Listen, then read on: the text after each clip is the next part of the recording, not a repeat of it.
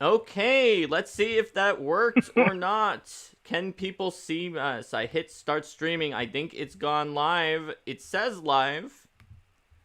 At least on the YouTube studio end, it says live 5 seconds. I'm not seeing it on the video end. Oh, looks like it may have appeared on that as well.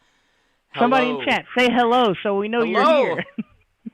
And So we welcome know to we're Roll for here. Combat Live. Yeah, I see us. We're on here. I'm Mark Seifter, the director of game design over at Roll for Combat. And Stephen Glicker, the publisher, is on vacation, but I have brought in two excellent guests. Hello, I am Jessica Redekop. I am a freelance game designer who often works for Paizo. Hello, this is Loren, and I'm doing a mic check real quick. Can everybody hear me okay? I can Sounds like hear we're Lauren. good. Can everyone else hear Lauren? Khadgar said to do a mic check in chat. Sorry, this is my my fancy PC gamer headset. I'm at my parents' for the holidays, but I also co-host Legend Lore with Jess, and we're so excited to get back into the recording schedule. I know we had a few months of hiatus while I was finishing up my masters and being away for the holidays, but I'm excited to dive back into the legendary lore of Pathfinder 2nd Edition. And I can turn up Lauren or Jess, but it is showing on mine that it was spiking into the red if I turn Lauren up even more than it is right now. So I think it looks like my computer thinks that the sound is okay. People are saying it's okay. Great. All right. So everybody, happy holidays. There is a sale that you may be seeing in the YouTube chat right now. 25% off Battlezoo products, most of them anyway, for the New Year's sale. So you can check that out on battlezoo.com. And Spencer in chat says the Jessica show is back, and now Steven has been ousted from the Jessica show. That was at Steven's own request. Yeah, I can neither confirm nor deny that Stephen Glicker has been ousted from the show. Okay. Steven We'll see. says We might have him back as a guest. There you go. We'll see. Steven says Lauren is fine, but is in the middle of a sandstorm. That's possible. You never know in Indiana. That's not the microphone. You're just hearing the inside of my head. It is, in fact, a sandstorm inside. That makes sense. So every week we usually do like a mini topic before we go to the main topic, due to the fact that people are streaming in. There's usually some weird event that happens every week. So I didn't catch any new news that happened over the holiday weekend. So therefore, we're going to talk about a mini topic that's not a new piece of news. So Jessica and Lauren are part of Legend Lore on the No Direction Network. And, you know, sometimes they say, my middle name is Lore. But in Lauren's case, Lauren's first name is basically almost Lore. So that's true. I put the lore in Lauren? Wait. You put the Lauren in Legend Lore. That's right. I'm 80% of... Wait. I'm 100% lore? I don't know. I get myself confused. Why you can't me like spell Lauren without lore. Look, I haven't had my Adderall in a few weeks, so I'm a little scatterbrained. Fair enough. So let's talk for a few minutes about the role of lore in a tabletop RPG. So let's take up stances about the use of lore, the overuse of lore, and the underuse of lore. So what is one RPG or situation that each of you has seen that has both overused and underused lore? Well, I want to cut real quick and say, as a scientist, we have to operationally define lore. So what specifically are we talking about when we talk about the lore in a system? Okay. Because I think a lot of people, when they talk about lore in role-playing games, when you say lore, people assume that what you mean is like the lore that comes with the game, the lore that is provided by the publisher, the lore that is dictated to you by someone else. But that's not really what lore is or what lore should be at your table. Lore is like the buy-in between your players and the setting. And so lore can be something that is decided by your players. Like a player's backstory is their lore. And that's so true. The lore is the way that any given character interfaces with the world as controlled by the game master. I And I agree. think you And hit on the a key word. And one of the main points of contention when we talk about lore, when you said it is, kind of, I'm going to have to paraphrase because my memory sucks, kind of the knowledge that is dictated to the players. And, lore doesn't have to be purely dictated. In fact, show, not tell. We kind of know that's the wrong way to introduce lore. So it doesn't even necessarily have to be about the amount or the type or whatever the lore, but really how you present it to the players.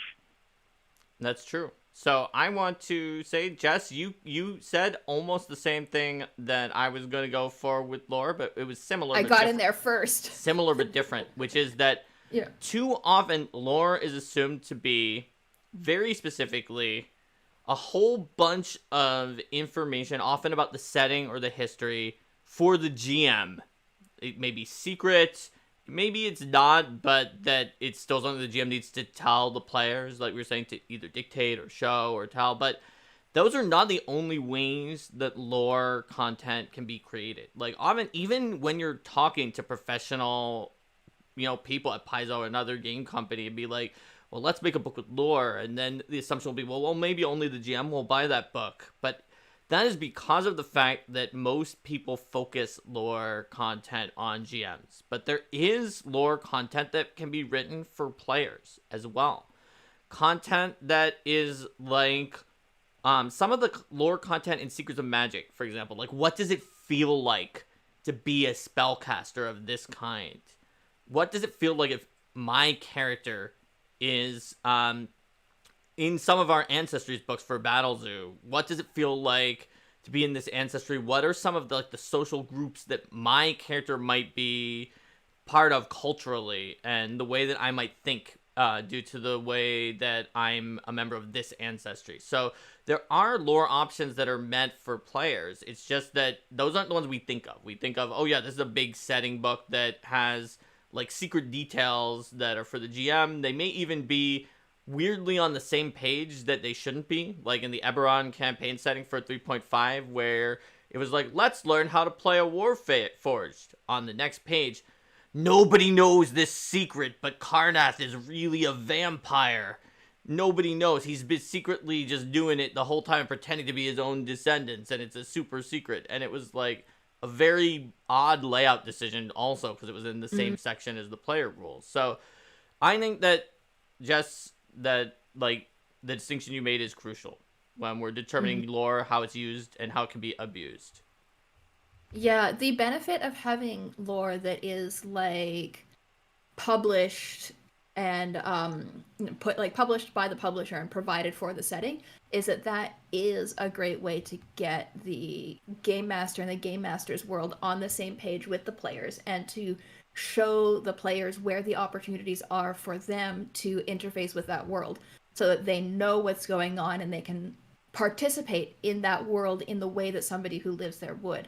But you can also do that just by like improving a setting. Like if the player says like, oh, I'm from this town, and they're just making it up on the spot, as long as the GM says, yes, you're from that town and that exists, that achieves the same thing. And on top of ways that players can interface with the setting, if your lore is written maybe in like the Bible that you don't show players, like your lore is like written in narrative style, back behind the scenes, but then in front of the scenes you simply give player mechanics that demonstrate the lore. You're having them create it in their head as per how you've guided it. That's the pinnacle of show not tell, if you ask me. That's definitely true. So I think that it seems like we didn't have a big debate on this, because we all kind of agree that lore, when it's abused, can be lore that is just a giant dump of information that's all on the GM, that's hard to get to the players in any means, whereas great use of it is to take ideas from the players. Maybe they create some of the lore, interface, and create something that they're going to care about right away. And yeah, you can have some they don't care about until later, and then it turns out to be a plot point. But don't try to like inundate with that kind of lore. So that is our mini topic on lore. Shall we start getting into our sort of meaty debate topic? The episode name is which RPG style is better, kitchen sink or genre RPG? And I think, Lauren, you said it best when we were talking about our other mini debate, which is that we have to define what we're talking about before we can start this. So when we talked about this topic before, what did each of you think when I said this? Because these dichotomies are kind of, in some ways, arbitrary. We kind of put them into buckets when really everything's on a continuum. But what were you two thinking? Well, I think I'm the most junior of the game developers here, so I'll put forth mine, and then you guys can flash it up and tell me if I've got anything wrong. When I think of a kitchen sink style setting, I'm thinking, I don't know why we use the word kitchen sink, but it implies that everything is there. This is Heinz 57. Every type of genre, every type of anything you could ever want in a game is present in some aspect of the world. And it's not going to be like all like melted together in like one contiguous thing. It's heterogeneous. You've got like patches of naval campaign. You got patches of romance story. You got patches of grim dark horror, you know? And then the focus setting would be more like, well, we're just going to zoom in on naval battles. In the entire campaign, all of the lore and mechanics that we use are going to be focused on this naval setting. And if we get to other things, that's fine. If we have a romance subplot, that's fine, but it's not the focus. It's not taking away from the naval aspect. Yeah, my assumption about what we would be talking about was colored by the comment that I had made in an earlier stream when I had said that I felt Paizo adventure paths were kind of the equivalent to like the way that a Power by the Apocalypse game would be like a curated experience that is like a specific honed in genre and honed in story, where like you're not gonna just play Power by the Apocalypse. You're gonna pick out the game that is the game that you want to play. You're gonna pick the curated experience, and that an adventure path is a curated experience in kind of the same way, and that those occupy similar spaces where, like, if you're going to make comparisons of Pathfinder against one of these other games, it's better to compare each discrete adventure path rather than Pathfinder as a whole. And so within that context, a game like Pathfinder or like GURPS is going to be your kitchen sink game, where it is a game that can kind of support multiple fantasies, support multiple stories, and support multiple different genres. But there's also a way in which Golarion is discussed as a kitchen sink setting, where each of the different like inner sea regions is its own kind of micro setting. And so in that way, each region of Golarion is a place that you could zoom in on and tell like a Varisia story that would be very different from an Ustalov story. That would be very different from the way that Strength of Thousands focuses on like the Sodom Lands and Nantambu. Absolutely. And Neutromancer asked about this in chat as well, which is we need to make sure to distinguish, because there is the kitchen sink campaign setting. This is used more often, by the way, online, to discuss a campaign setting that just basically has everything. And it's like aliens landed and there's sci-fi here, and it weirdly goes all the way from like a chainsaw that's just a basic chainsaw that's not even that sci-fi, and we have them in the real world, all to laser beams, and they're just kind of all there. And then over here is Dracula, and then you just kind of have everything. And Golarion, the setting of Pathfinder, is very much a kitchen sink campaign setting. But when we're talking about a kitchen sink RPG, it's like Lauren and Jess said, this is a role-playing game that essentially has the idea that you can tell pretty much whatever story you want to tell using that role-playing game. Perhaps there's some scope on it, like, well, okay, but it's basically fantasy. But other than that, you can do whatever you want. Sometimes there's no scopes on it at all. It's kind of a sliding scale.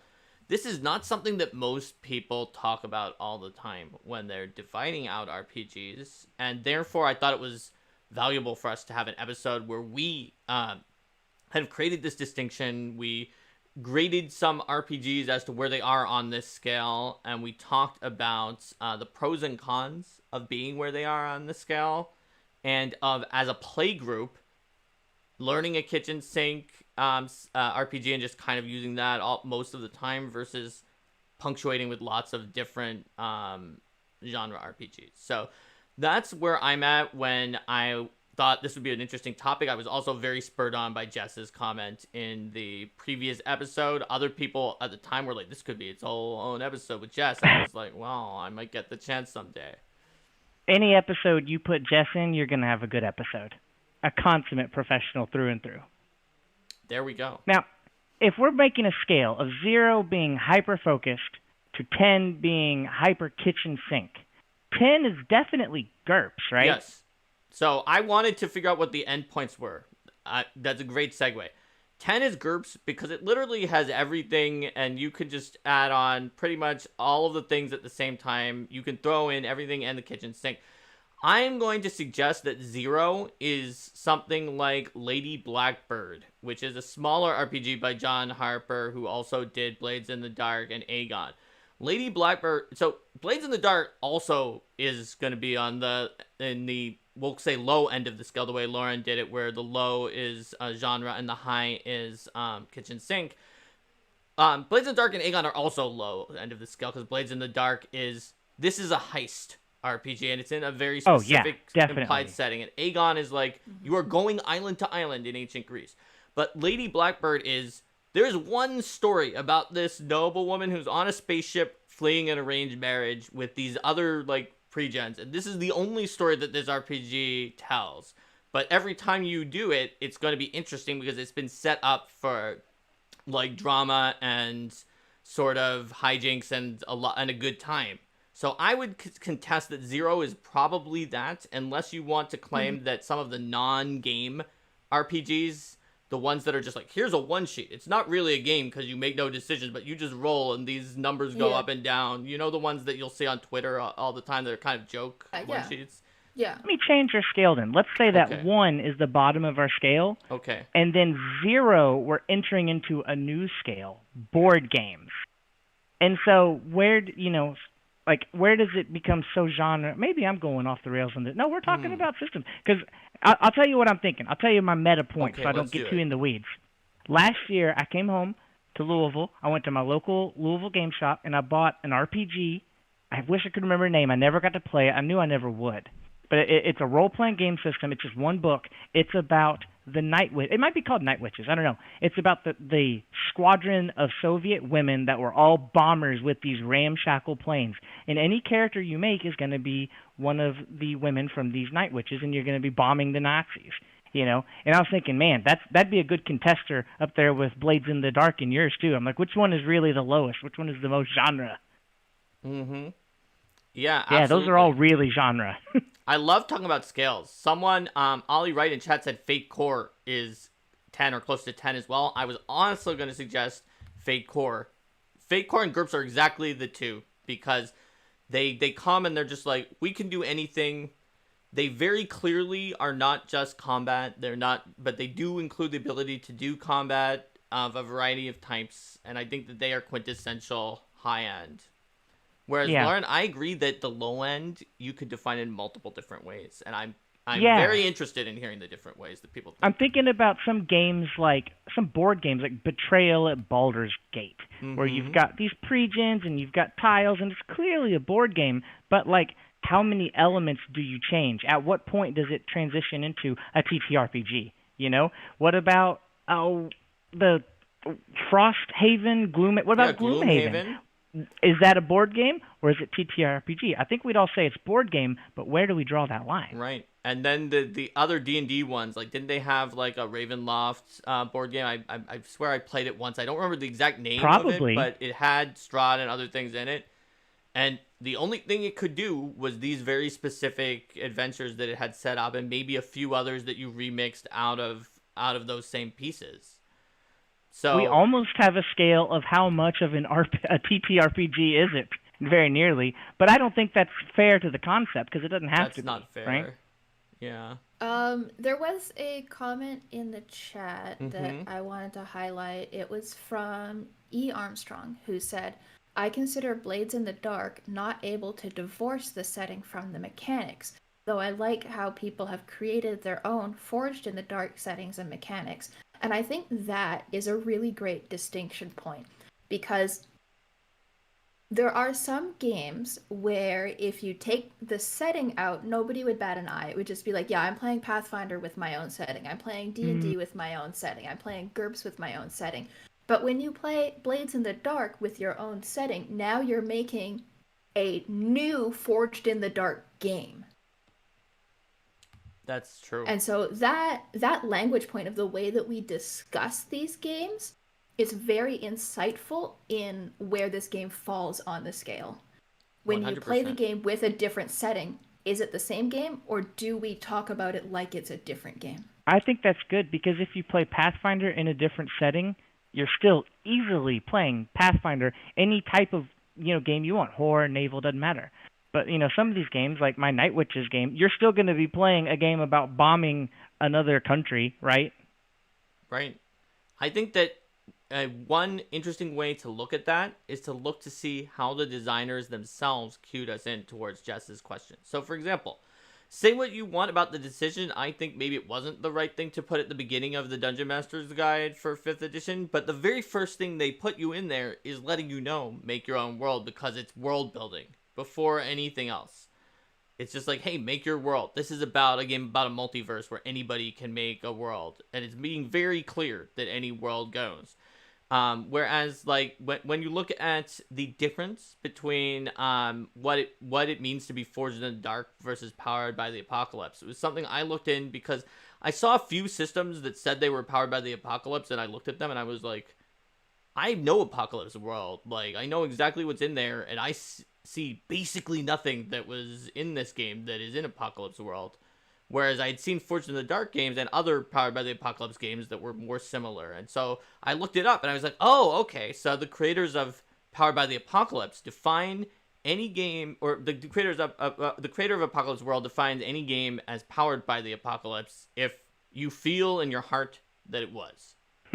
It doesn't matter any kind of mechanic, but if you felt inspired by it and you wanted to include that it's powered by the apocalypse, then it is, regardless of the mechanic, which is a super awesome way to think about the mindset of that game. Whereas with Forged in the Dark, I don't think I may not have seen the exact statement of intent by John Harper on it, but the ones I've seen at least seem like they're more likely to include the dice pull, take your best one, see if it is a 4 or above to succeed or a 6 to get a full success, like that kind of die rolling mechanic, then the Powered by Apocalypse are to keep that mechanic. Mm-hmm.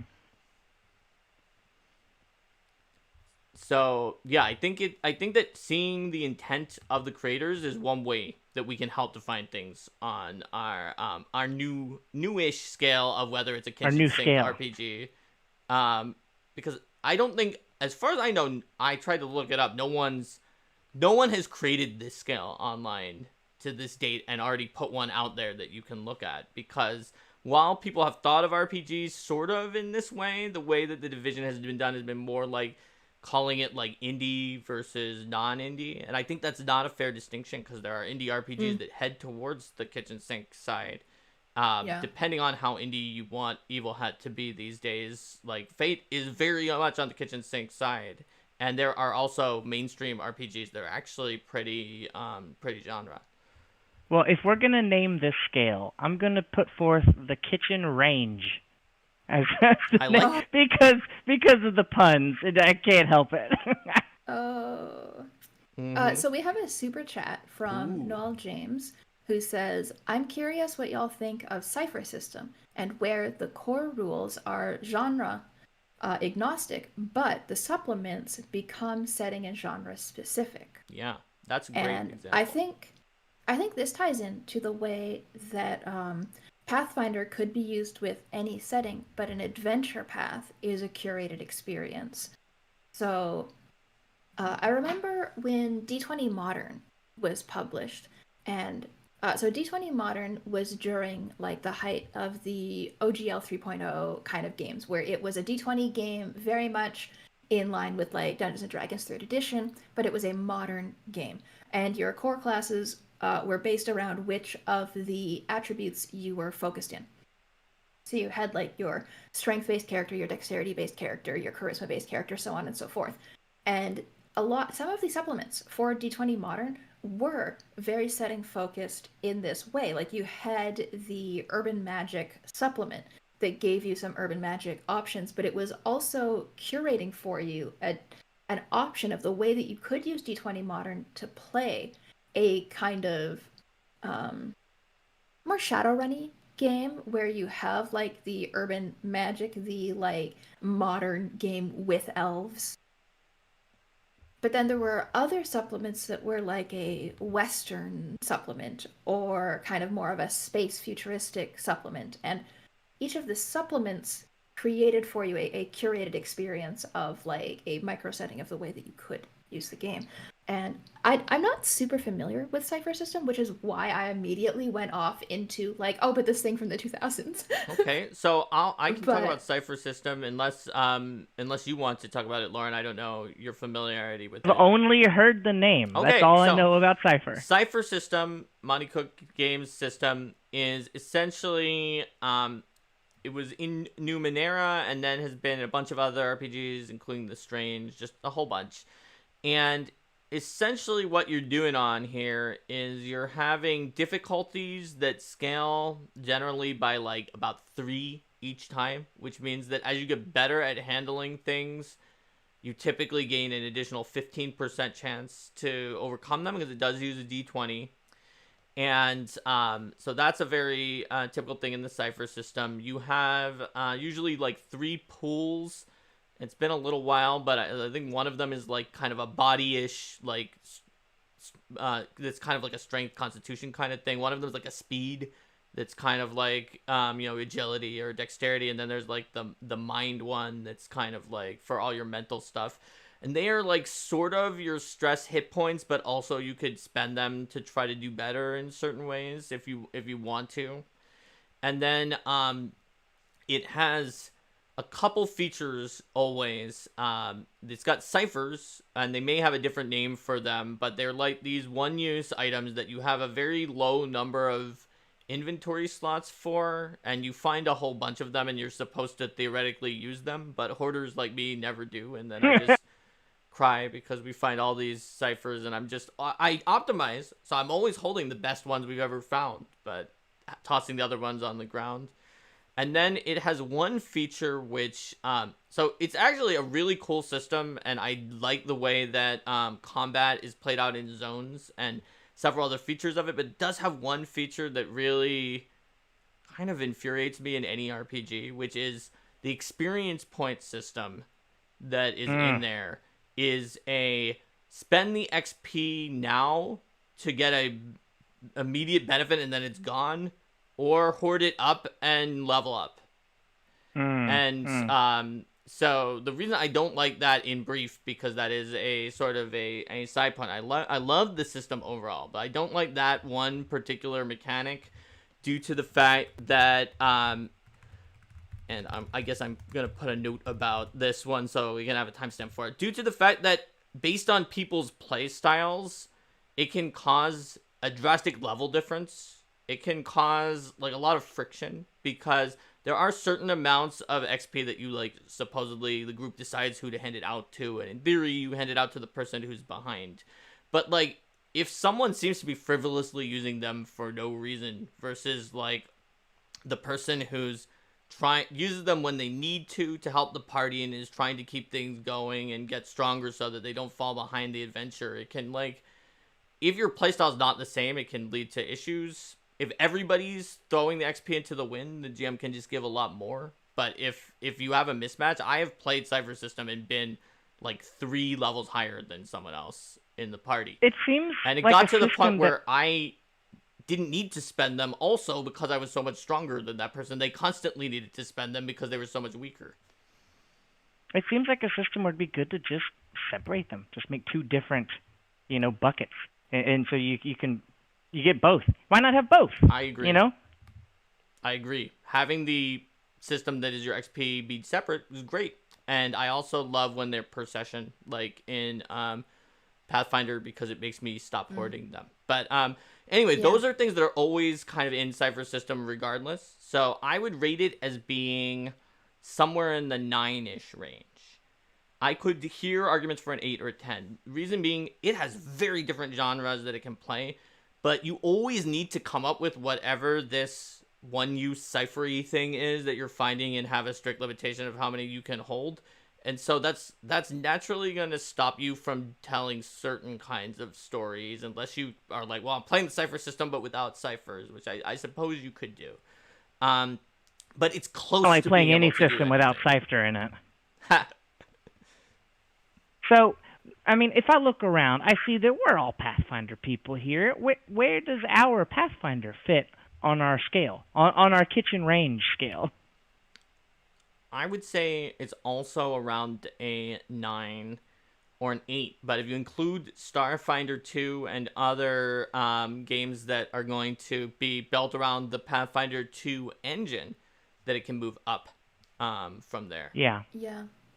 Yeah, the way that Pathfinder is discussed is that you make third-party material for Pathfinder, but it's still Pathfinder no matter how much third-party material you're using, which is a distinction from the way that, like, Apocalypse World or Blades in the Dark are discussed, right? Like, you would discuss making your own third-party version of Blades in the Dark as a new Forged in the Dark game. You wouldn't say that you've homebrewed Blades in the Dark.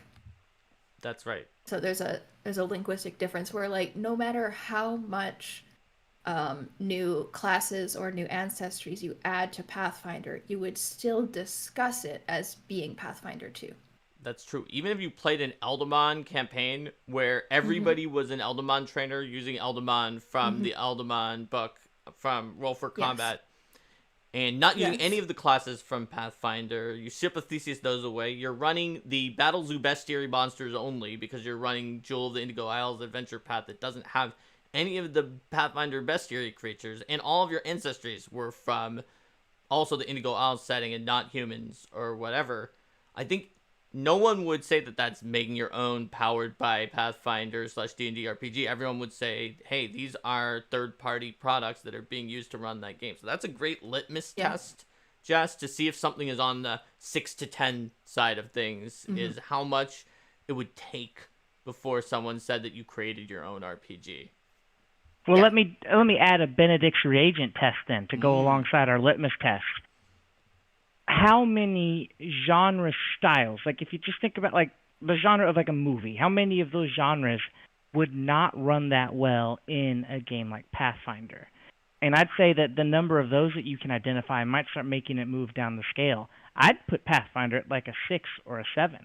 Because if you did want a game where you're all, on a ship, I did this. I keep using the naval one because we just did it. This was what we did at home, where you're all on a ship, you're customizing your ship, you're upgrading your armada, and you're trying to lead a war.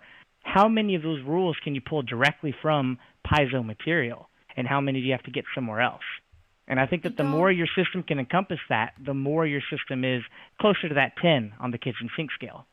Yeah, but when we discuss Pathfinder and playing Pathfinder, and when your Pathfinder game is a Pathfinder game, we include all of the homebrew and all of the third-party material as Pathfinder material.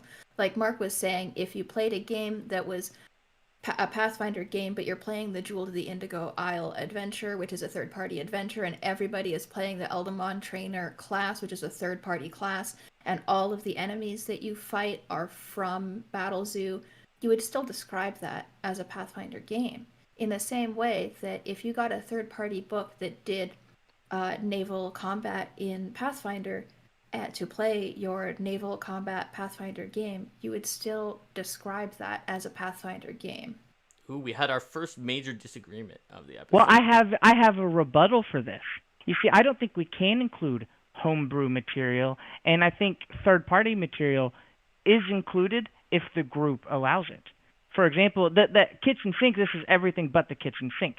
So this is all the things that come with the thing, right? But if you don't have naval combat published from a readily available material, then your sink isn't everything but the kitchen sink. It's everything but the kitchen sink and but naval combat. And so if you can't encompass something, then you have to homebrew it, then that implies it wasn't already there. So I'm gonna take a middle ground, but one that's closer to siding with Jess. So we'll see. We'll see what comes of this. But I think that Loren has a point that if the system not only doesn't include something, but you also it's difficult to do it, and you have to essentially create something new that's not even remotely similar to the system to make it work. Then it's harder to claim that the system is further along towards 10 on this kitchen scale that, as Loren proposed for the name. I think I got the name of the scale right. But I think that also most of the ones we gave a 10 or a 9 don't have a naval combat rule set listed in their initial rule set. The key is, do they have an extensible subsystem rule set that can be used? And I think the answer is yes for Pathfinder, because it's the victory point subsystem that I wrote in the Game Mastery Guide. Because I could make... Would it be the best naval combat system ever created? No, it would not. But I could make a naval combat subsystem that has everybody doing their tasks and earning naval defense points, and then they earn offense points, and then you compare it to the enemy ship, and if offense is greater than defense, then that ship gets damaged by a certain amount, and they lose hull Mark, we're going to talk about this. Something like that. Offline, you and I are going to talk, because this kind of subsystem thing has been on my mind. Oh, and I want to pick your brain. Yeah. Okay, so Shadow Dragon says, if homebrew is included, then any and every system is a 10. I just want to maybe clarify a point that is being misunderstood about the argument that I'm presenting. I'm not saying that the argument that I'm presenting is good or bad. I'm just saying this is the way that I perceive that people who play games engage with and discuss the games that they play. I think that when somebody plays Pathfinder with homebrew or D&D with homebrew, they still say they're playing Pathfinder or they're playing D&D. They don't say that they're playing their own game that they made.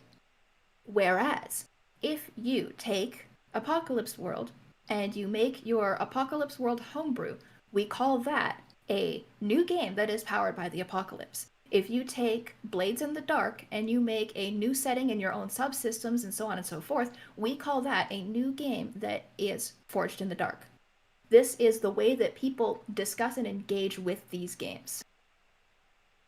Yeah. What if I play Night Witches, but instead of bombing Germany, we're bombing Candyland, and we are the Gummy Bear Empire, We're still playing Night Witches, right? Are you, though? It depends on... I actually don't know Night Witches well enough to tell you the answer to that question. I don't either. I haven't even read it because I knew no one would ever play with me. But I bought it because I really wanted to someday. So, I would say that obviously you can ship of Theseus an RPG until it's unrecognizable. But to an extent, the degree to which a fan base wants their system to be a kitchen sink system, it makes the system move further towards that 10 de facto, because of the fact that I think that the engagement of the fandom with the system and staying inside of that wall garden of the system actually can change it from the designer's original intent. And that may be something that's supportive of Jess's argument in a way, whereas a fan base that is quick to say this is a different RPG that was inspired by that one is also one that is going to stay lower on this scale. Lower not meaning worse, and higher not meaning better, just in terms of how many sinks there are. You can 0 sinks to 10 sinks. And a reinforcing disclaimer: this isn't a scale of goodness with 10 being the best and 1 being the worst. It's just we're just talking about types of things. 1 is still great games in their own right. They may be better. We haven't gotten to that yet. Yeah, exactly. It's just different kinds of stories that you can tell in them is all we're talking about. And how often do we watch a TV show that was made by Amazon, and they tried to put too many different genres in it, and it just falls flat? more isn't always better. Mm-hmm. So here's and we talked about Pathfinder. I want to talk about Dungeons and Dragons in terms of kitchen sink, and I want to talk about the history of Dungeons and Dragons because I contend that OD&D is actually pretty low on this scale. When it first came into being, it was an evolution of like chainmail and wargaming. It was meant for like battling in the dungeon, and the levels you go down them, the monsters are of that stronger level because you're on another level of the dungeon. Your money that you find that you loot becomes your experience points, and it's all about the dungeon and the battles. And this very old school feel means that also a lot of OSR games are also low on the scale, and they're more genre, they're more specific of what they're trying to tell. Whereas I will contend that the evolution of Dungeons and Dragons has moved it more towards the high end of the scale over the years. And that is partially not a part that's reported by people about why some people like OSR better or some people like the newer forms better, but is another dimension of that sort of preference chart that could explain some groups doing better with one or the other. And this gives me some ideas. As I'm thinking about the game systems that I know and am fond of, all of them are mostly pretty low on the scale, actually. Like Call of the Cthulhu. You have so many systems around sanity and your mental state that if you try to run we're all racers trying to win the big pot, it's going to be kind of a weird, it's not going to fit that well. And the same with all of my grim, dark Warhammer 40,000 games, right? How many of those are you going to be able to go have a romance story where you save the princess while the Imperium is delivering fiery exterminatus upon the heretics below? It just isn't going to work that well. I agree. And so you can even see, you can watch by going edition to edition of D&D to watch as it expands. Like, as it became less of an entirely war game, very low on the scale, it gained non-weapon proficiencies. Even that clunky name for them shows it's like, oh yeah, well, we assumed proficiencies were weapons. I guess there are going to be some that aren't weapons, so they're non-weapon proficiencies, which eventually became skills. And more systems were put in to handle other pillars of role-playing that were not just fighting in the dungeon and the old school style. And it expanded outward. And some could call that bloat. Some could call that a good thing as the game became able to encompass more playstyles and more types of players. And we've reached a modern era where just kind of everybody is using Dungeons & Dragons, usually, or another kitchen sink style game. Usually Dungeons & Dragons is the most popular as sort of the lingua franca. And like we saw this on a previous episode of Roll for Combat Live when the Adventure Time folks were going to make their own tabletop RPG and maybe do a 5e thing as like a secondary thing in their Kickstarter, and they flipped it so that the 5e version is going to be first place. Or even Dark Souls, which arguably is almost the exact opposite of the feel of, if we say that 5e is 8 or 7 or wherever it is as a system that you can hack onto other things, whatever it's missing, I would say Dark Souls is that, because it's very, very easy to win in 5e. And it does not give the Dark Souls feel of, this is hard, I need to be as skilled as possible in my play style, regardless of how I built the character, or that could be it for me. And yet, the Dark Souls RPG was sort of powered by 5e. We have a super chat from Lord of the Unfinished Project, who says, maybe this is about the level of scale of the storytelling. Most Savage World games are smaller in scope versus Pathfinder. What do you guys think about the scope and scale? I agree completely. I think that an adventure path is a curated experience that is small in scope, and a Powered by the Apocalypse or Forged in the Dark game, or one of these other games, is like a curated small scope experience that is meant to tell a specific story. Monster Hearts tells a specific story, and it tells you what story you are telling when you play a Monster Hearts game. Obviously, there is like variance in what the story is, but like you wouldn't use Monster Hearts to tell a story that Monster Hearts isn't supposed to tell. you wouldn't use Monster of the Week to tell a story that isn't a Monster of the Week story. And you wouldn't play an adventure path to tell a story that isn't the story that adventure path is going to play. So I want to go back to... Oh, no, go ahead, Lauren. I don't know if my opinion is dissenting or not, but I think that scope and scale is literally the heart of this whole discussion. If you take any work of fiction that has ever been made and you zoom out narratively, like conceptually about the lore of the world, you zoom out enough, you've got kitchen sink. You zoom in enough, you've got genre. You're telling a specific type of story. I mean, it's the same even with Pathfinder. If you zoom in on one nation, or even just one guild in one nation, you're telling a genre story, right? Mechanically, I don't know if that's... I don't know how to fit that into the terms of like a mechanical kitchen sink or not. But narratively, that's kind of how I'm seeing it. So I mean, in a Pathfinder adventure path, the player's guide will give you a little chart that tells you these are the recommended classes, these are the recommended skills, these are the recommended ancestries. You could look at any adventure path and you could like cut off the classes and the ancestries and everything that is included in this adventure path at the highest two tiers, like the very applicable and the applicable tiers, and say that like for this game, this curated experience, these are the only classes that we're playing with. So I was going to bring up very similar point to what you did, Lauren, but take it in a different direction, which is scale and scope. You're absolutely right that they come down to the center of what we're discussing today, but I'm not sure that what we just answered up to this point is exactly what Lord of the Unfinished Project meant when defining scale. And so I actually want to try to figure that out, because I'm going to give what I consider to be potentially a rebuttal to the idea that high scale, or being at a broad scale that is zoomed out, makes you automatically be a kitchen sink system.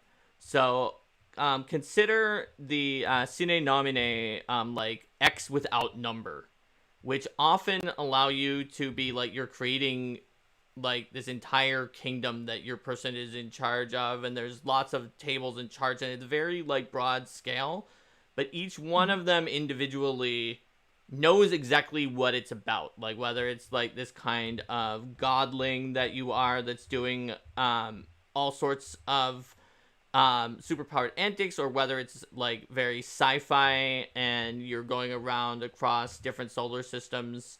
So I think that's an example of one that has a very broad scale, but still is not on the kitchen sink side of the sort of the divide.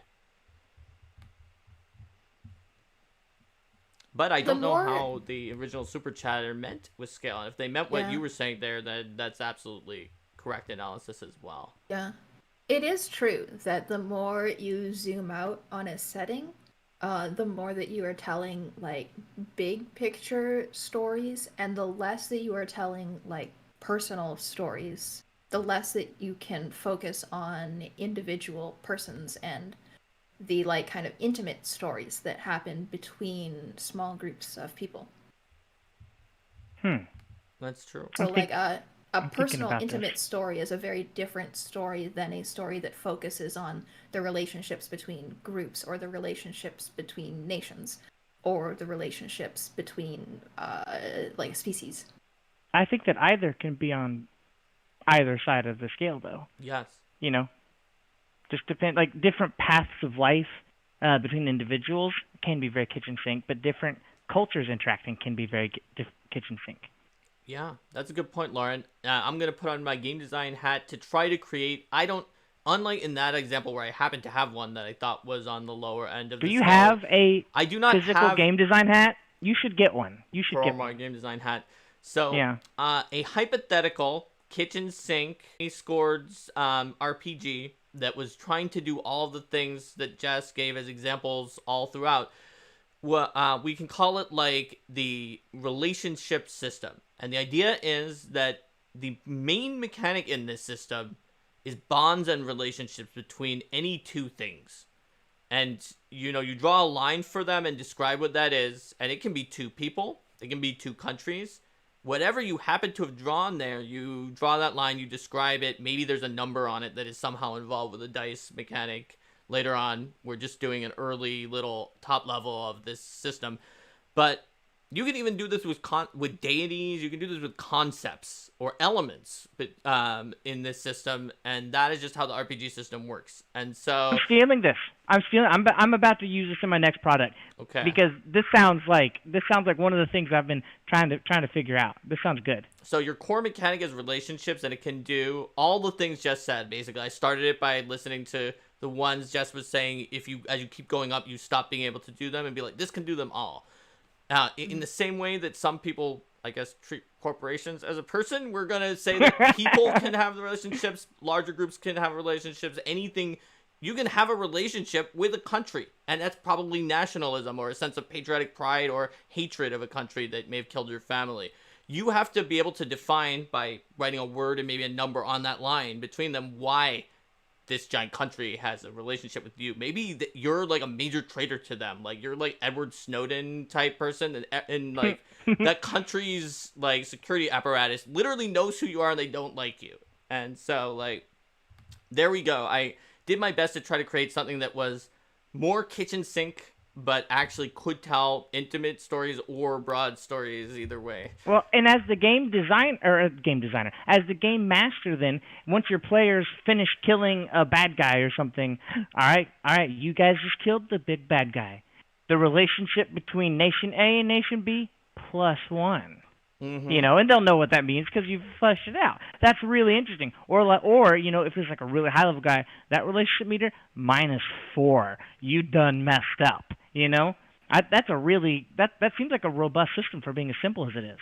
Right. You can do a lot with that. Like there are RPGs that maybe don't even have much more than that kind of heft to them, and they can do a lot. So, Lord of the Unfinished Project sent a super chat that says, I want to make you a game design hat, any P.O. box, lol. So, I do not have a P.O. box, and I don't really want to put out my my company's address, which is my address, onto this YouTube. So, we can if someone wants to make a game design hat, we can figure out a way to get that to work, maybe, involving Roll for Combat or coming to a convention at some point in the future with the hat, because that would be funny. I feel like it needs to be like the classic like blue background, white lines blueprint with RSC and a D20, and it's like, and it says like Mark's game design hat or something. That'd be really cute. Just put it on. Yeah. We have some requests from chat that they want us to define genre. Oh yeah. And the way that we're using genre in this conversation. Yes. Look, I'm a scientist. This is tough. They wanted us to define genre as the other side from Kitchen Sink. The ones that we were saying was an RPG that is more specific. It distinguishes a clade of family. A genre. This is a clade containing all manner of populations which we commonly associate with species, and they're not necessarily capable of interbreeding anymore, but sometimes they can. So, there you go. That's my expertise. Oh, Steve says send the hat to Steve's address. The address is in the books. Yeah, there you go. So you can send it to the company's address, which is in the books, and he will get the hat to me. It's in any of your books. See, I figured we could find a way to get to work using Roll for Combat. But I would say that basically the thing that we put on if we say that the kitchen scale, 10 kitchen sinks is the kitchen sink end, then the 0 to 1, which is being notionally called genre right now. It doesn't have to be a genre, though. Like, Lady Blackbird is not just a genre. It is one story about Lady Blackbird, and it's all the way on that end. Genre was just sort of a colloquial way to give a YouTube title that was easy to understand and a little fun thumbnail, but I would call it sort of a focused RPG. It is a curated and focused single experience. Curated's good too. Yeah, that's good too. Yeah, absolutely. But how would we? Well, I guess we did. I was gonna say how would we define that, but you just literally just did. So there you go. That's how we do it. Yes. think the more singular the experience that you are going into the game for, the further it is to the 0 or 1 mark on this scale. I agree. Whereas the more variety of experiences that the game can handle, the more syncs it can support. Let me throw a monkey wrench in this with one of my favorite monkey wrenches. Where does Warhammer 40,000 fit on this? Okay, that is a good monkey wrench example. I would contend that the Warhammer Fantasy RPG and the Warhammer 40K are probably somewhere near the middle. And if not, I would say that they're somewhere in 4 to 6. And I'm not sure where, because my familiarity with them isn't as high as some of the examples that we have here. But because of the fact that very specifically there are many baked in mechanics of just like, listen, magic is going to mess you up because it's so chaotic. That's all true, sorts of terrible things will happen. And but it is still pretty a broad setting where there are a lot of subs kind of stories and genres you can tell too. So 4 would be my gut if you include both of them, 4 or 5.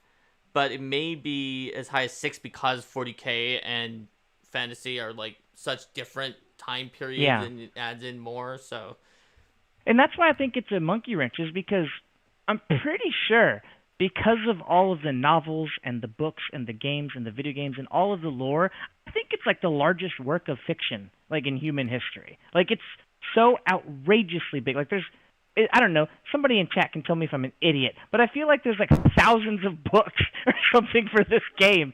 There are 0 stories you can't tell in it, but there are some stories that, even though you can tell in it, are so minusculely like represented in the system that it kind of doesn't fit as well as, say, a bunch of ships nuking space marines from orbit, you know? Like, so I do think it fits a bit lower on the scale, but I don't think it's a hard fit. It's like a soft fit, like you could move it around. You could wiggle it depending on where you're trying to put it. Yeah, and Neutromancer says including Rogue Trader, and I agree with this, where if you have Warhammer as a whole, that occupies a different place on the scale from just Warhammer Fantasy or just Warhammer 40K, and that occupies a different space on the scale from where if you narrow in Warhammer 40K just into Rogue Trader. Rogue Trader is a more curated experience. Yeah, Eric S. Riley in a super chat said, I think that this is sort of about how closely the rules connect to the setting. If it's low and fewer syncs, it's near impossible to pull apart. Higher scale is easier to pull from the setting. And I think that is true.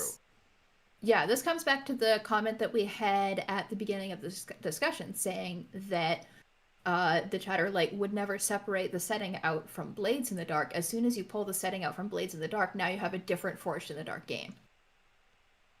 Mm-hmm.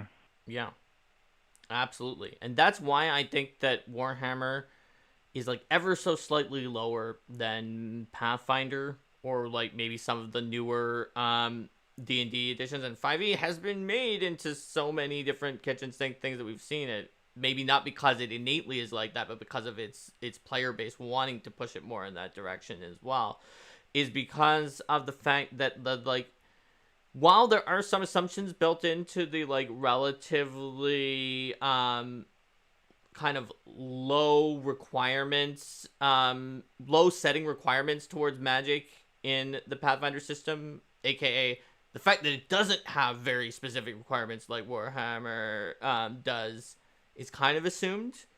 It makes it easier to plug in whatever the heck magic you want into Pathfinder if you did want to make it dangerous. It's easier to throw that in there, whereas with Warhammer setting, so much of the balance of how it's used is also based on the built-in mechanic that something bad is going to happen at a certain point, and that's part of the push and pull. So you would have to do a lot more than just in Pathfinder. I could just create a new tradition of magic called wild magic, and that would take me a while, but I wouldn't have to do anything else to the system. Whereas in Warhammer, if I wanted to make a stable magic, I would have to. How do the Chaos Gods feel about that? How does the Imperium feel about it? Yeah. Even if I didn't have to figure that out, I would have to do a lot to the mechanics to get that to work out, because it's no longer balanced by the fact that something bad will eventually happen if I keep using it. Well, put a timestamp down, Mark, because we got to talk about what these different levels of kitchen sinkiness let you do in a game. Like, what are the pros and cons of being very kitchen sinky or very focused? You're right. We said we would on the description. So we're going to do it. Pros and cons. Which one is better? We did a versus.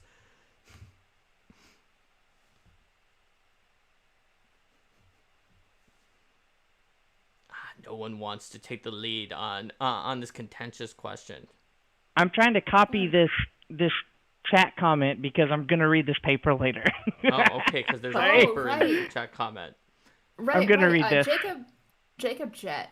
From one academic to another, this is my jam. Yeah. All right. So. All right. What do you got? I'm ready. So, I think personally, I prefer the lower end of our kitchen stinkiness scale, right? I think that I like the depth that you can only get by zooming in a lot, where very specific mechanics are already fleshed out. You know, if I want to upgrade my warship, I know that I earned 3 barrels from the last, fight, and it's going to cost me 2 barrels to buy this cannon, right? But you don't that's not in Guns and Gears, and it can't be because it's too specific. And so I think for that reason, I really like how you can go that in depth on a very focused type of game or story. All right. So Loren has said low sinks make for more compelling for you. Obviously, we're not saying it's the best of all time, or it's the only one that's best. I don't know about better or worse necessarily, but I think that the industry as a whole and consumers of the industry have more respect for games that are on the lower end of this scale. I think consumers respect a Forged in the Dark or a Powered by the Apocalypse game as its own game more than they respect a third-party supplement for a D&D or a Pathfinder. I think that the market supports making third-party material for Dungeons and Dragons more than it does creating your own Forged in the Dark. But I think that there is more prestige associated with creating your own Forged in the Dark. So I'm really intrigued by Jess's take on this, and I just have to respond to that before Please I actually... do. I'm feeling it too. Before I actually answer the question, because I do have one to go back to the main one. So I think that when you say the community, we have to decide who that is. Because this is like when you're on Metacritic, and you have the critic side, and you have the user side. So I think that the user side, in general, if you're talking about just like the multiverse of everybody who's everywhere, include a lot of people who are more casual.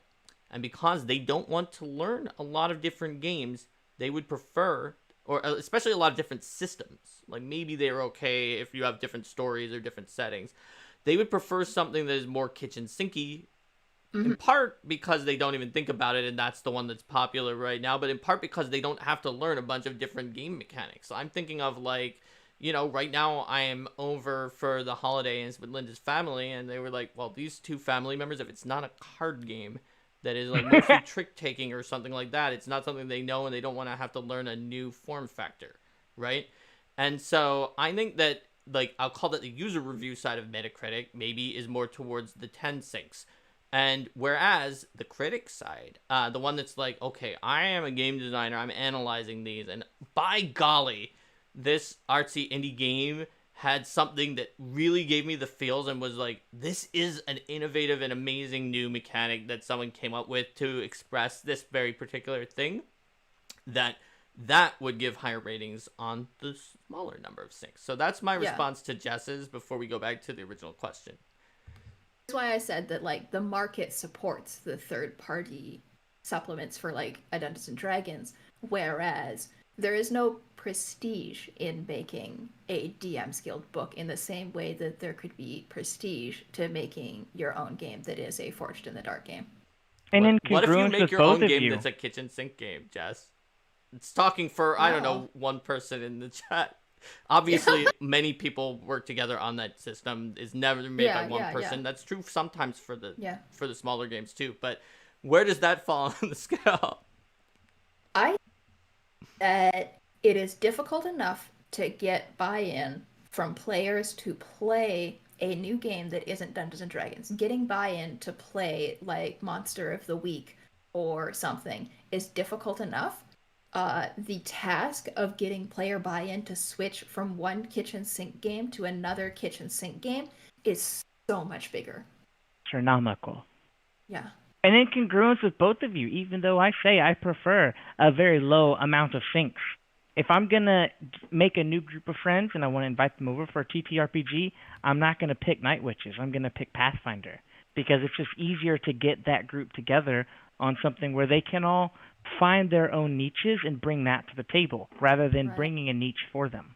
Mm-hmm. Because Pathfinder is, in addition to being kind of a kitchen sink system, it is also a kitchen sink setting.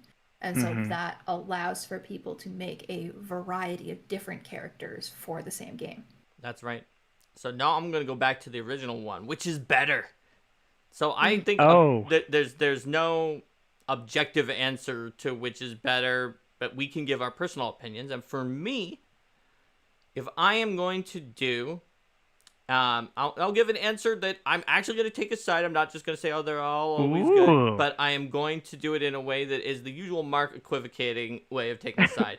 So if I'm going to play a one-shot, I would usually prefer that to be one of these just specific genre ones because no doubt they have amazing mechanics that really get things across. And I need that for my one-shot because I don't have a lot of time to get things across. I want the mechanics to be so ingrained in there that they're subconsciously pushing my players the way that I want my players to go, to have a wonderful experience, like by the end of the session, one small session. And that's one reason why I even, like, as, you know, one of the creators of Pathfinder, but I still run, people are like, why are you running non-Pathfinder one-shots sometimes when you go to conventions, like, some random little RPG I made that is like only able to tell this one particular story was one of the one shots that I ran. It's like they can be better for one shots. Whereas if I'm doing a long-term campaign that's meant to be very, very long-term, I'm not just talking about we'll do it like 4 to 8 times. I'm talking about like we're going to be playing this for years. I tend to prefer a kitchen sink system because of the fact that I like mixing it up. And so I don't want to stick to the same subgenre the whole time. I want to give a palate cleanser. If everything is the the horror of Macbeth, you've got to have the drunken porter who comes in and gives a little bit of humor every once in a while. And so I'm the GM who would be like, okay, yeah, we've been playing in the Forgotten Realms, but now you guys got sucked into Planescape and who knows what's going on, or now you are on a spelljamming ship and you're out in Spelljammer, and then they would come back and it was super kitchen sinky because they didn't know like what random sidetrack I was going to do. And if I don't have a system that can support that, then it doesn't work for me on its own. However, is that not already possible? If you start in one powered by the apocalypse setting, can you not switch to another? You have gotten to the same however idea, which is you can absolutely still do what I like to do. I think I even hinted at this in the description, like how can they work together. If you are willing to shift your characters into a different system, there's so much you can do, even if you're playing a kitchen sink. So, for example, Pathfinder. It's got infiltration rules using the victory point system. I think they're pretty good. I like them. We worked hard on those infiltration rules. I would say they went through more people than any of the other subsystems because there was a initial infiltration that was written for Age of Ashes by John Compton, and Logan Bonner looked through that. And then he sent that to me and then I used that to make general rules. And then Liz Liddell looked through that, and we had a lot of people look through them. I think they're good. But maybe you want to make a Forged in the Dark game with Pathfinder as your setting or whatever to do the heist part of your Pathfinder game instead of running infiltration. And you make little playbooks for the PCs. If they're willing to convert their characters, it depends on your group. There are some players who hate this. And I've seen it happen, especially in systems like Pathfinder 1 or 5e, where your characters can wind up being drastically overpowered for the level they're supposed to be at. Sometimes players hate converting to another system because it breaks their suspension of disbelief when their character maybe in the other system is more close to the power they're supposed to be at. So, like, mass combat conversions that I've seen people do in Pathfinder 1, where someone's like, this doesn't make any sense. My army got wiped out by this other army, but my character could have defeated 10 of those armies of 1,000 demons by themselves without sweating. And my character was in that army if we had been playing using the normal rules. So you want to make sure that your players are into the idea of converting and being okay with the fact that there's going to be some dissonance where the play style of the system is a little different and something else can happen there. But if they will, then you can have a little different system. For example, in Jade Regent, there's initially a caravan combat system that's sort of its own subsystem, and I changed it to be even less similar to Pathfinder. You drew Harrow cards and put one into the like good future, one into the neutral future, and one into the bad future slots. And they corresponded to NPCs and characters from the caravan, and if you were in the bad future spot, you could get horribly injured, and you could attack the other group depending on where the cards went, right? And so that worked for our group, although they did make jokes about the fact whenever they met someone with like a bad injury, like even in Iron Fang Invasion, you meet like a ranger at the beginning who's like lost the use of I think one of their legs, and they're like they must have been in a caravan combat somewhere before this because of the fact that they knew that it was different in caravan versus not. But I think you can do a lot by working together. So that's my equivocating Mark answer that is still taking a stand of some kind. So I see that we have 137 people watching this stream, but only 64 likes. What's wrong? Do you not have thumbs? Steve said it. Oh God, I can't believe you did that. Steve said if we get 100 likes, then one of us has to sing. No, he didn't super chat that, so I wasn't going to acknowledge it. Oh, yeah, fair. There we go. Now, Mark, I hate how much I'm being called out right now. I was already talking to Jess about this beforehand, so I refused for later someone to say that Loren got that idea from Mark. So I'm not going to announce anything. But in a home game, what we did is I was a vampire pirate, and I was, building an armada. And you're gonna need ship battles for that, right? You're gonna do conquest. So we played Pathfinder for everything that happened off of the boat, and then for ship battles we switched over to a board game called Oak and Iron, and we did our naval battles in that. And that already had systems for upgrading your boats and crew positions, and you can just make everything that you need. So then when the results of that battle happen, you switch it back over to Pathfinder. What happened? I think that is peak game mastery right there. that is the sign of a GM who wants to tell a good story and really have fun. Yeah, I mean, I'm not innovative in the idea of that you can switch the system. That's something that people talk about sometimes. I've talked about it, I think, on this show a few times before. We had a whole topic of play something else to get better at playing D&D, or I think the clickbait title was "Stop playing D&D to get better at playing D&D" or something like that. Right, and it's definitely true. I believe you that you came up with it yourself. Honestly, too often in the RPG industry, because the idea space is such that you'll come up with something very similar, and people always like that must have been taken from the other person. It never was. Like how both Pathfinder and Dungeons and Dragons had like a circus adventure very close to each other, and it was like, but they were too close. They couldn't possibly have been influenced by each other's announcements because there wasn't enough time for that to be the case. And people always like have theories of like, did they base it off of it? It never was. It's always just analogous evolution, not homologous evolution. I'm doing the background work and the writing and seeing if it would be possible to put together an entire actual play based around we're using Pathfinder, but then we also have these subsystems that are different games. Because I just think it'd be good radio. We have a super chat from Lord of the Unfinished Project who says, "So use mini games for challenges." keep talking and nobody explodes then. Yeah, you could literally use keep talking and nobody explodes on Steam for like a complex hazard or something like that, where it's just like, Yeah. yes, the BBEG has left a magical device here that is going to blow up this town or something like that, and you're going to have to solve their devious riddles. And maybe you've selected the modules yourself or homebrewed some. You can easily make them with the creator and keep talking, and you set it up as the GM, and you're like, all right, you guys, go play keep talking, let's see. And if you lose keep talking, then the town blows up, and then that happens in your Pathfinder game. You can absolutely do that. And we talk about this from the idea of a GM. If you are setting up these systems and these things are happening, but what about from the player's perspective? What if you woke up late, you're going to be late to the game, so you run to the store, you pick up the Cheetos that everybody wants, and then you finally get there, you're a little bit late, everybody's looking at you.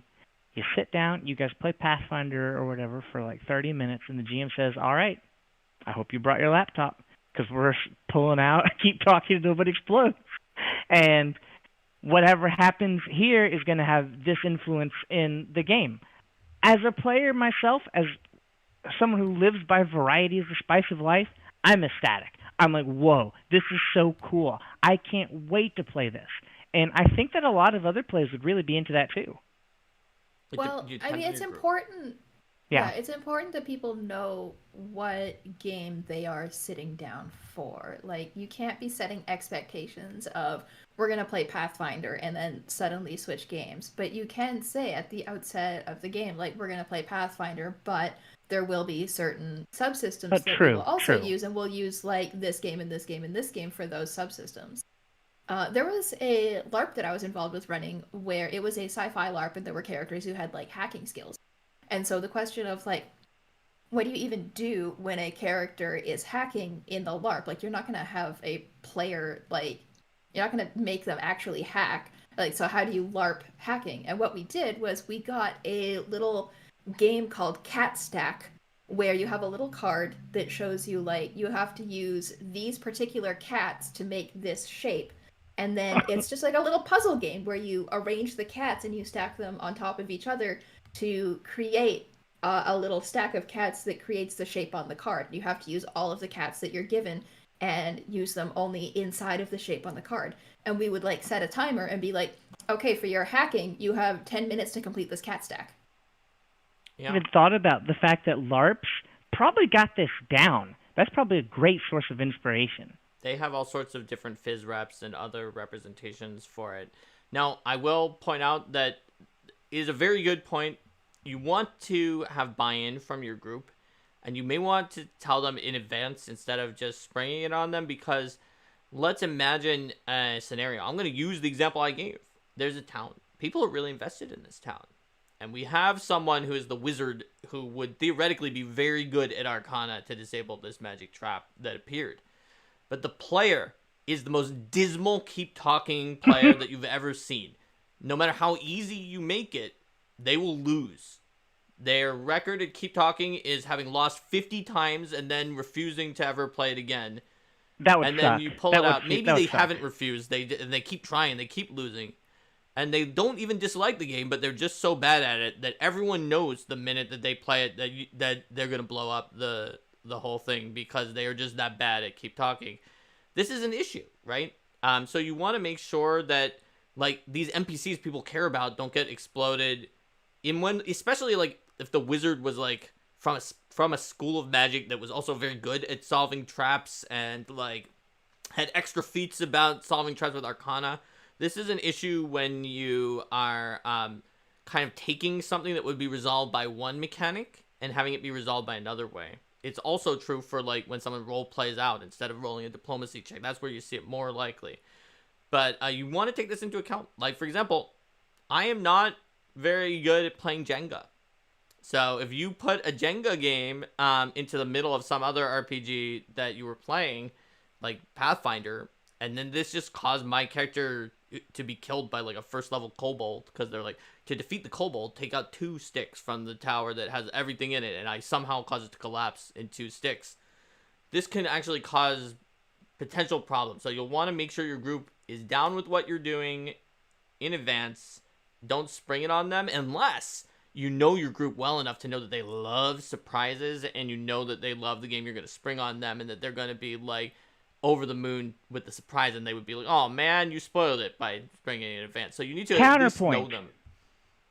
Counterpoint. Okay. If you, Mark Seifter, are playing and you sit at a table and your GM has sprung Jenga on you and says, all right, draw a stick, your GM's already wrong, because that's you playing this game, and it's not it being represented through the lens of your character. If your character is supposed to be good at whatever thing, you, Mark Seifter, drawing the stick, should have some type of character representative handicap. Like, because you have this level of skill with such and such thing, you get to use this ruler to improve stability while you draw the stick, and other players don't. And if you're not that way, the character coming from the narrative of Pathfinder is represented in the gameplay happening in the Jenga. So even if you might be bad at it, the handicaps you get because of the choices you made in Pathfinder are now represented in the Jenga game. Sort of. Yeah, so we've talked about how you can combine different games by adding like board games or other party games as subsystems inside of your other game. But I think we can't have a discussion about crossover between multiple games without talking about the World of Darkness games. I think I know where you're going with this. I'm familiar. I used to play like some of them, like Vampire and Wizard and Demon one, whatever that was. But what do you mean? Well, so Vampire the Masquerade and Mage the Ascension or whatever are two separate games, but they are two separate games that can interface with each other. And you can have players with a vampire character and a mage character sit down at the same table and interface in a World of Darkness game that encompasses all of these other sub-games, even though each one on its own is its own curated experience where you only play vampires or you only play werewolves, and it has like a specific meta story that it wants to tell, and like the vampire with your like humanity meter that tells the story of you maybe succumbing to the beast within you. And yeah, Shadow Draken says old World of Darkness rules were compatible but not power level compatible, and that's true, but I don't think people who combined those games wanted them to be power level compatible. Like, if you are going to toss a mage into a changeling game or a werewolf game or a vampire game, there is an understanding that what the mage does is like completely different, in the same way that the werewolves were like just brute force stronger than the vampires. So I would say arguably that the old World of Darkness games, which are the ones I'm familiar with, especially the 20th anniversary edition, is the one Linda and I have played the most, are in theory the same game with just some very, very different classes or ancestries or whatever you want to call them that are drastically different in the scope of what they can do.